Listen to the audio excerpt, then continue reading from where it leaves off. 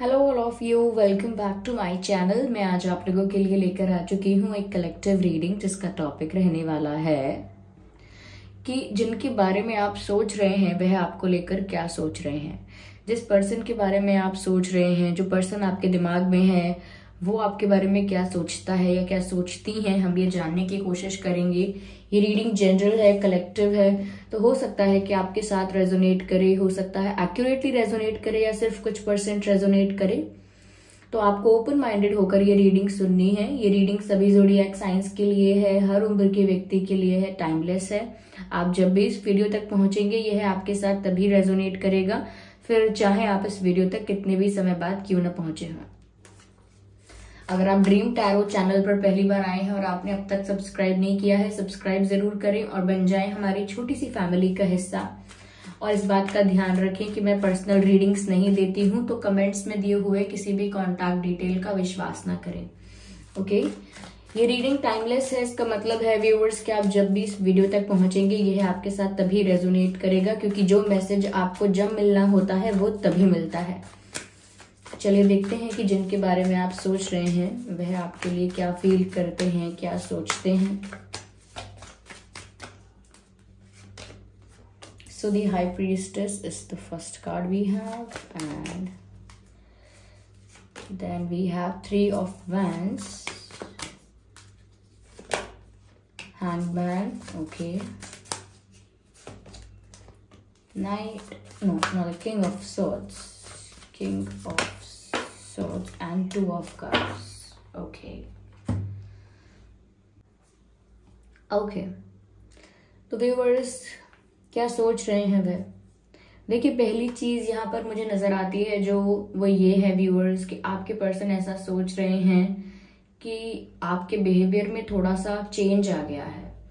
ये हो सकता है चेंज आ गया है, या फिर आप सच में ऐसे ही हैं, उन्होंने अब नोटिस किया है। यहाँ पर ऐसा लगता है जैसे व्यूअर्स आपकी इंट्यूशन बहुत बढ़ गई है, आप स्पिरिचुअलिटी की तरफ ज्यादा एक पुल फील कर रहे हो, ज्यादा इंटरेस्ट आपका स्पिरिचुअलिटी में आ रहा है। कहीं ना कहीं मुझे लगता है कि आप एक सोल अवेकनिंग की जर्नी में हो, उस वजह से हो सकता है कि आपका ऑरा, आपकी वाइब बहुत मिस्टीरियस है। ऐसा लगता है जैसे आपके अंदर कुछ ऐसा है जो आप छुपा रहे हैं या बताना नहीं चाहते या शेयर नहीं करना चाहते। ओके, तो आपके मन में क्या चल रहा है ये भी आप किसी को पता नहीं लगने देना चाहते। तो उनको ऐसा लगता है कि आप ना कुछ छुपा रहे हो और बहुत मिस्टीरियस बिहेव कर रहे हो। और आपके मन में क्या चल रहा है, प्लान क्या है अब आगे आपका, क्या डिसीजन लोगे, ये किस तरीके के इमोशंस हैं इस वक्त आपके, ये वो जानना चाहते हैं। लेकिन उन्हें ये सब पता नहीं चल पा रहा है क्योंकि आपका बिहेवियर बहुत ज्यादा कोल्ड उनको लग रहा है, जबकि वो कोल्ड नहीं है। और उनको लग रहा है बहुत मिस्टीरियस, बहुत सीक्रेटिव हो रहे हो, जबकि यहाँ बात सीक्रेटिव होने की नहीं है। You are being more spiritual. ऐसा लगता है कि आप ज्यादा स्पिरिचुअल हो रहे हैं, आप ज्यादा अपने ऊपर फोकस कर रहे हैं, अपने ट्रांसफॉर्मेशन पर ज्यादा फोकस कर रहे हैं और अपनी स्पिरिचुअल जर्नी पर आप ज्यादा फोकस कर रहे हैं। तो मुझे ऐसा लगता है व्यूअर्स कि आपके इमोशंस धीरे धीरे कहीं ना कहीं बैलेंस्ड फॉर्म में आने लगे हैं, और उस बैलेंस की वजह से आप बहुत ज्यादा डेस्परेट, नीडी बिहेव नहीं करते हैं, साउंड नहीं करते हैं कि आप बहुत नीडी हैं, बहुत डेस्परेट हैं। नो, इसी वजह से ऐसा उनको फील हो रहा है कि आप कुछ छुपा रहे हैं। वरना ऐसा नहीं हो सकता था कि आप कुछ रिएक्ट ना करें, कुछ इनकी तरफ कुछ बोले ना, एक्शन ना लें। ऐसा नहीं हो सकता था। कुछ आप छिपा रहे हैं, कुछ तो ऐसी बात है आपके मन में जो आप शेयर नहीं करना चाहते हैं, हाइड करना चाहते हैं और बहुत मिस्टीरियस प्ले कर रहे हैं। तो उनको नहीं पता है कि आप एक स्पिरिचुअल जर्नी में हैं और इंडिविजुअल ट्रांसफॉर्मेशन पर, अपनी ट्रांसफॉर्मेशन पर ध्यान दे रहे हैं, और साथ ही साथ एक इमोशनल बैलेंस भी आप मेंटेन कर रहे हैं। और उसी बैलेंस की वजह से आप बहुत ज्यादा वल्नरेबल, वीक और डेस्परेट और नीडी साउंड नहीं कर रहे, ना ही बिहेव कर रहे। तो ये उनके लिए ऐसा लगता है उनको कि जैसे आपके अंदर बदलाव आ गया है, आपके अंदर चेंज आ गया है। Now you have started hiding things from them. अब आप उनसे बहुत सारी बातें, चीजें छुपाने लगे हो, ऐसा वो सोच रहे हैं। यहाँ पर ऐसा भी लगता है व्यूअर्स के ये इंतजार कर रहे हैं। ओके, ये ऐसा लगता है कि आपके एक्शन लेने का ज्यादा वेट कर रहे हैं, जबकि आप मुझे अभी कोई एक्शन लेने के मूड में नहीं दिख रहे। मुझे नहीं लगता कि आप करेंटली कोई एक्शन लेंगे इनके लिए, लेकिन ये आपकी तरफ होपफुल होकर देख रहे हैं या आपकी तरफ होपफुल होकर इंतजार कर रहे हैं कि आप इनके लिए एक्शन लेंगे, क्योंकि उनको लगता है कि आप अभी भी वही हैं जो पहले थे उनके लिए। लाइक अगर उनके लिए बहुत इमोशनल, बहुत वीक, वल्नरेबल, बहुत ज्यादा नीडी, इस तरीके का आपने अगर पहले बिहेव किया है या बहुत इनको चेज किया है, कन्विंस करने की कोशिश की है, तो ऐसा ही कुछ वो आपसे अब भी एक्सपेक्ट कर रहे हो सकते हैं। ओके, तो इसीलिए वो वेट कर रहे हैं, जबकि उन्हें एक्शन लेना चाहिए लेकिन वो नहीं ले रहे। वो वेट कर रहे हैं ये सोच के कि आप ही लोगे, आप ही लेते हो, आप ही लोगे एक्शन, और आप एक्शन लोगे तो इससे पता चलेगा उनको कि आपके मन में चल क्या रहा है, जो आप छुपा रहे थे, बताना नहीं चाह रहे थे। What's going on? ओके, तो आपके मन में क्या चल रहा है, क्या चल रहा है आपकी लाइफ में, क्या प्लान है आपका, क्या आपने मूव ऑन करने का सोचा है, क्या आप इनको भूल रहे हैं? तो वो सब कुछ आपके थ्रू ही जानना चाहते हैं, आपसे ही जानना चाहते हैं। ओके, तो यहाँ पर यस, ऐसा लगता है कि ये बहुत होपफुल है कि आप इनको मैसेज करें, टेक्स्ट करें और करें। ऐसा नहीं कि एक मैसेज कर कर बस छोड़ दिया, नहीं, ये एक्सपेक्ट करते हैं कि आप इन्हें अटेंशन दें।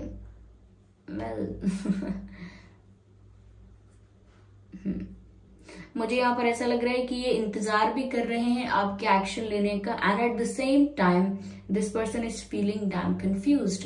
ये मेल है, फीमेल हैं, जो भी हैं, इस समय बहुत ज्यादा कंफ्यूज हो रहे हैं, और इनका कंफ्यूजन इनको बहुत ज्यादा डीप थिंकिंग करने पर मजबूर कर रहा है। या ऐसा लगता है ये कंफ्यूज हो रहे हैं आपके बिहेवियर को लेकर, कंफ्यूज हो रहे हैं आपकी अप्रोच को लेकर, आपके नेक्स्ट एक्शन को लेकर। ये कंफ्यूज हो रहे हैं कि आखिर आप चाहते क्या हैं, अब क्यों बदल गए हैं आप, अब क्या एक्सपेक्ट करें आपसे, अब क्या चेंज देखने को मिलेगा आप में, अब आप क्या नया करने वाले हैं। तो ये समझ नहीं पा रहे हैं कि आपका क्या प्लान है, आपका क्या विजन है अब, और अब आप क्या चूज कर रहे हैं, क्या प्रेफरेंस है अब आपकी। अब ये आपकी प्रेफरेंस है या नहीं, ये रिलेशनशिप, ये पर्सन अब आपकी प्रेफरेंस है, आपकी प्रायोरिटी है या नहीं है। तो इन्हें कुछ समझ में नहीं आ रहा है, इंतजार जरूर कर रहे हैं होपफुल होकर कि आप ही कोई एक्शन लोगे।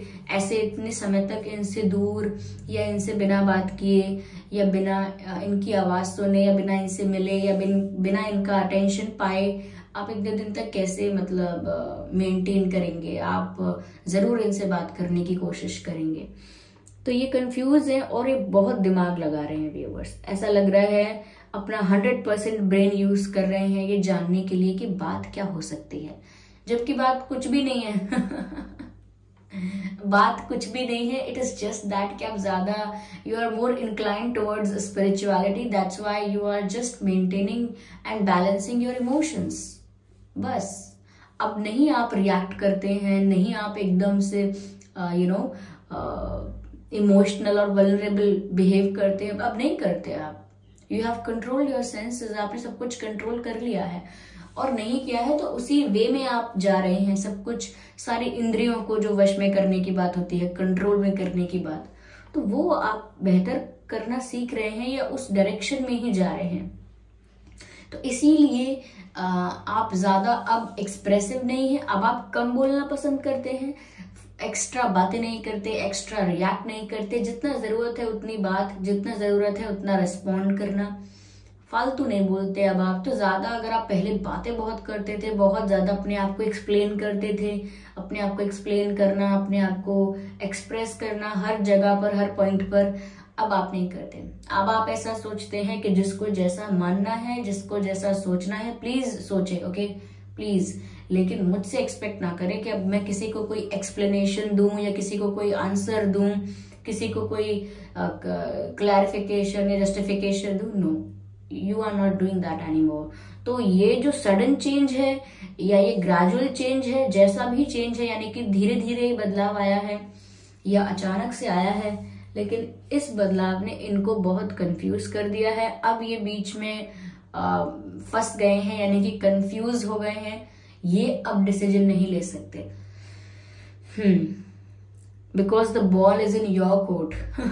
अब बॉल आपके पास है, अब आप डिसीजन लेंगे कि क्या करना है। अब तक इनके पास थी या इनके कोर्ट में थी तो ये डिसाइड कर रहे थे, but the ball is in your court, but the ball is in your hand, now you will decide. Decision is not in their hands any more. अब डिसीजन इनके हाथ में और नहीं है। क्यों?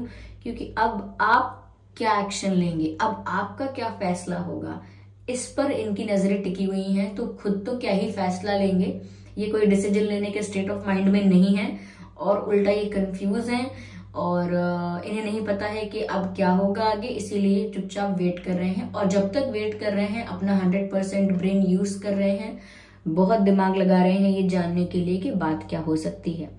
यहाँ पर ऐसा लगता है व्यूअर्स के अगर इन्होंने आपको अटेंशन, रिस्पेक्ट ये सब नहीं दिया था, तो यहाँ पर ये वो प्यार फील कर रहे हैं जो आप डिजर्व करते हो। या ये इसीलिए भी हुआ हो सकता है viewers, because of this self love and this spirituality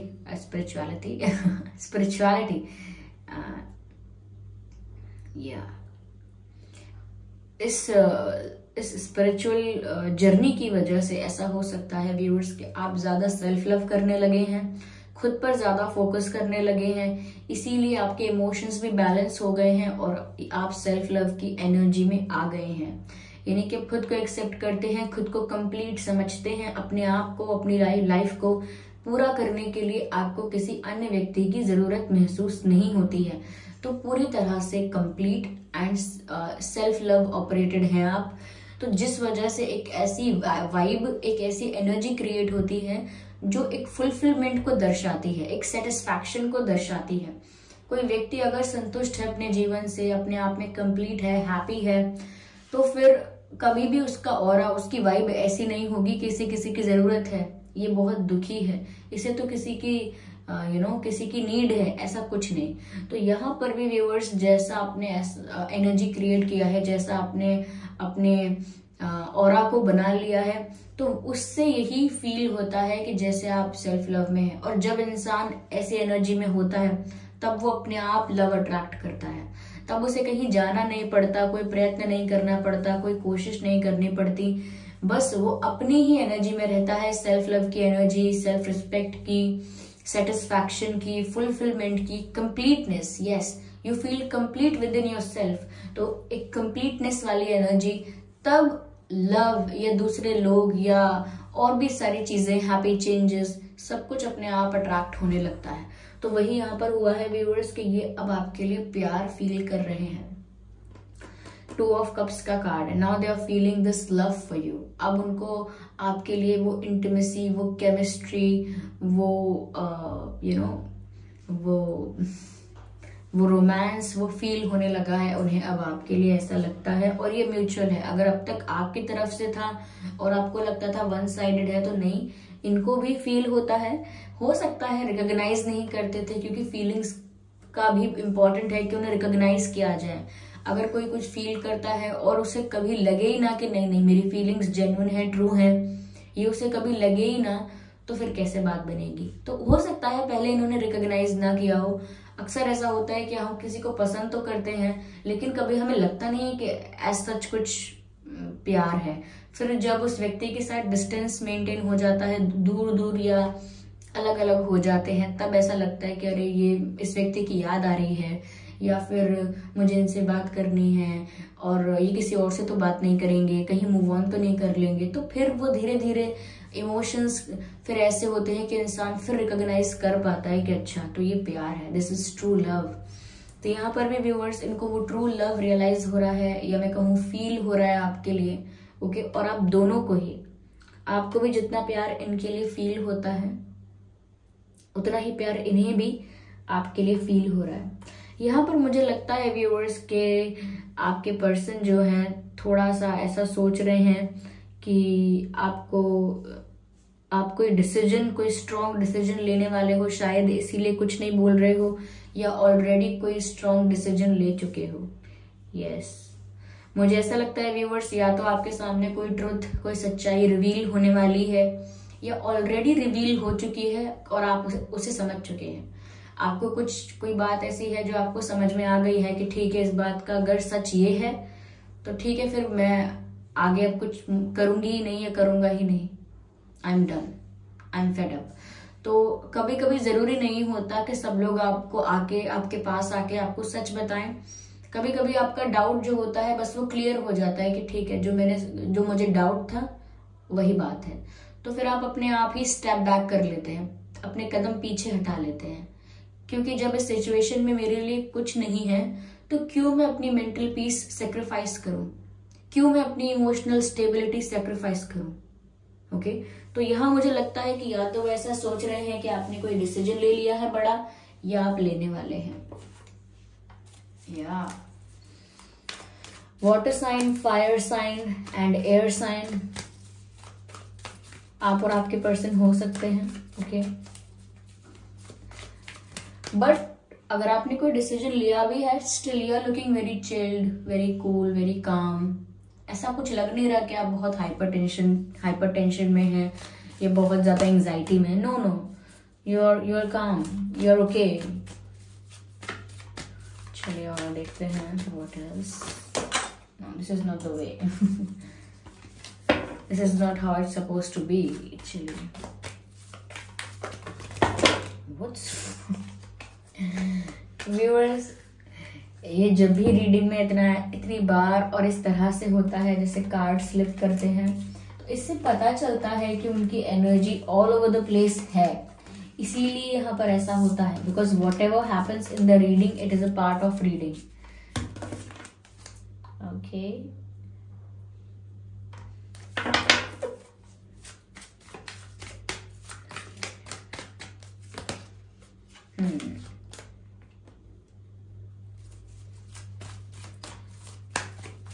इनके दिमाग में ना नेगेटिव थॉट्स आ रहे हैं। Oh my god, they are stressed out, they are in stress, they are in stress, they are thinking a lot, they are thinking a lot. No, here we have night of cups.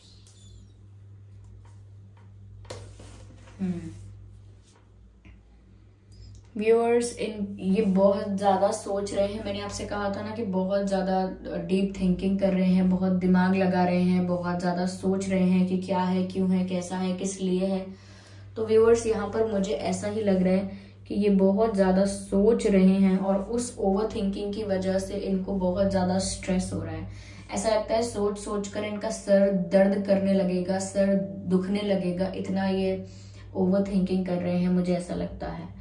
Okay, और over thinking कर रहे हैं, लेकिन मन ही मन इच्छा ये है कि वो इस टेंशन से फ्री हो जाएं। ये टेंशन, ये दुख, ये स्ट्रेस क्यों उन्हें अचानक सताने लगा है, क्यों वो ये जानने की कोशिश कर रहे हैं कि क्या होगा आपके साथ आगे, मतलब आप दोनों के रिश्ते में आगे क्या होगा, क्यों, क्या डिसीजन लोगे आप, या फिर ऐसा बिहेव क्यों कर रहे हो।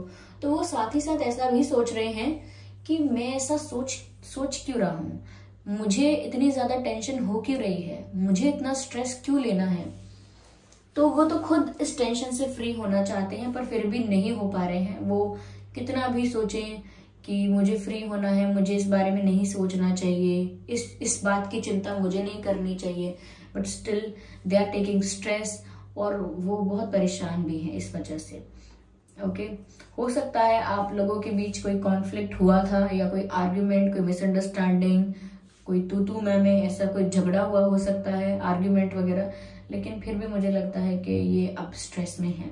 मुझे ऐसा भी लग रहा है व्यूअर्स, इनकी जो ओवर थिंकिंग है या स्ट्रेस है, उसके कारण एक और चीज हो रही है, वो ये है नेगेटिव थिंकिंग। हर चीज में नेगेटिव बात करना, जैसे कि आप अगर बात नहीं कर रहे हैं तो सोच लेना कि आपने किसी और को पसंद कर लिया होगा, नेगेटिव। ऐसा भी सोच लेना कि अरे आप तो कभी सीरियस थे ही नहीं, वो भी नेगेटिव। या फिर ऐसा कि मेरी किस्मत ही खराब है, वो भी नेगेटिव। ओके, या फिर मेरे साथ बहुत गलत होने वाला है या गलत हुआ है, वो भी नेगेटिव। हर तरफ से विचार जैसे भी बन रहे हैं, सिचुएशंस जैसी भी बन रही हैं, इनकी नेगेटिव थिंकिंग बढ़ती जा रही है। और ये भी ऐसा ही है कि ये चाहते नहीं है कि ये नेगेटिव सोचें, लेकिन ऑफ कोर्स कोई इतना ज्यादा ओवर थिंकिंग करेगा तो नेगेटिव विचार आना, नेगेटिव थॉट्स क्रिएट होना बहुत नॉर्मल हो जाता है, बहुत नॉर्मल है ऑफ कोर्स। क्योंकि जब आप इतनी ज्यादा ओवर थिंकिंग करेंगे, हर चीज को लेकर राय का पहाड़ बनाएंगे, एक ही बात को 10 बार सोचेंगे, सारे एंगल से सोचेंगे, तो थोड़े टाइम तक तो वो थिंकिंग ही रहती है, लेकिन ज्यादा करने पर वो फिर नेगेटिव थिंकिंग भी हो जाती है। क्योंकि ऐसे ऐसे विचार आने लगते हैं जो कि अब तक हुआ ही नहीं है, इतना नेगेटिव कुछ हुआ ही नहीं है, उतना नेगेटिव भी सोचने लगता है इंसान। तो नेगेटिव थॉट्स बहुत ज्यादा क्रिएट कर रहे हैं। स्ट्रेस है, कंफ्यूजन है, इस वजह से और ज्यादा स्ट्रेस क्रिएट हो रहा है वहां पर। मुझे उल्ट, और आपकी जो पोजीशन लग रही है वो व्यूअर्स ऐसी लग रही है कि जैसे आपकी लाइफ में स्टेबिलिटी आ रही है, इमोशनल स्टेबिलिटी आ रही है, आप कंप्लीट फील कर रहे हैं, बहुत ज्यादा स्पिरिचुअल हो रहे हैं, आपकी इंट्यूशन भी बहुत ज्यादा स्ट्रांग हो रही है, ऐसा लगता है। या आपकी आंखें, मुझे ऐसा लगता है कि आप आंखें बंद करके जैसे ध्यान लगा रहे हैं, तो आपको बाहर जो चीजें हो रही हैं वो इतना बॉदर नहीं कर रही, इतना अफेक्ट नहीं कर रही हैं।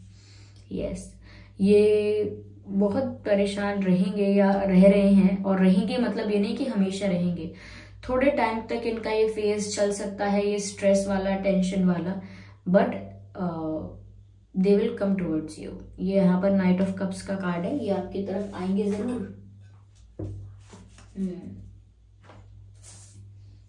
ओके व्यूअर्स, ये आपकी तरफ आएंगे जरूर, लेकिन हाँ अभी जो फेज चल रहा है पहले वो कंप्लीट होगा, उसके बाद ये आपकी तरफ आने के बारे में सोचेंगे, आपको कुछ गिफ्ट देने के बारे में सोचेंगे, कोई प्रेजेंट देने के बारे में सोचेंगे, लेकिन इतनी जल्दी नहीं। ठीक है,